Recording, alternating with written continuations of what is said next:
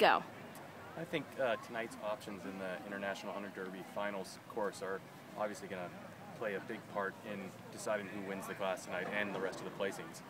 The course starts out with the first jump off the left or the right lead. I think we're going to see most people come in and come off the left lead with a handy turn. Then our first option is whether we jump the high or the lower option of fence 2. I think most people that are going to be in the top of the class are going to jump the high option. It's the vertical with the barrels. And then right after 2, from fence 2 to 3 to 4 is probably the most technical part of the course. There's a very tight inside turn back to fence 3. That turn was the same turn used in the Consolation Derby earlier, and it caused a lot of horses problems.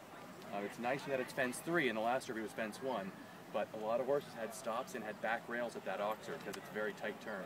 And then right after fence 3, there's another inside turn, and you can take the option of either the inside or the outside 2-stride. And what makes that difficult is you've done one inside turn, and now the people that try and do the second inside turn have to really worry that they keep their horse's impulsion up and keep them balanced, because it's a long enough 2-stride that the horse doesn't just have to jump the A option well, but they're going to have enough impulsion behind them to get across the B well. After that, there is another inside turn to the log jump, and from the log jump we have another option of jumping out of that line either on the high side for the extra point or the low side.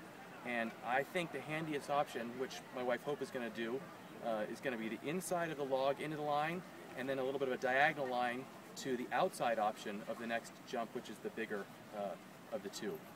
And then there's a very tight rollback after that, and we have the choice of jumping either a tight right rollback turn to the trot fence, and then a left turn after, or a little wider right rollback turn with a right turn after to this gate here. I think the handier option and the smoother option is going to be the tighter inside turn to the right turn. I think it's going to flow better with the left turn after. We have the beautiful white gates here, and there's another option. We have to go off to the right to the higher hay bales, or off to the left to lower hay bales. I really think you're going to see most of the horses doing the higher hay bales. It's a straighter line, which I think makes it actually maybe a little easier option. And for the bonus point, I think people are all going to do that. And then we do another right rollback turn to a nice log jump. Nothing too tricky about that.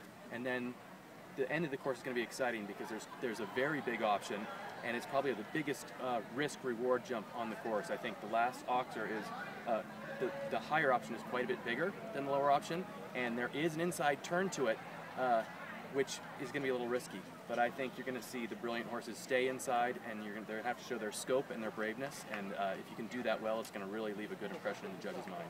And then I think you're just going to see the horses canter right to the gate.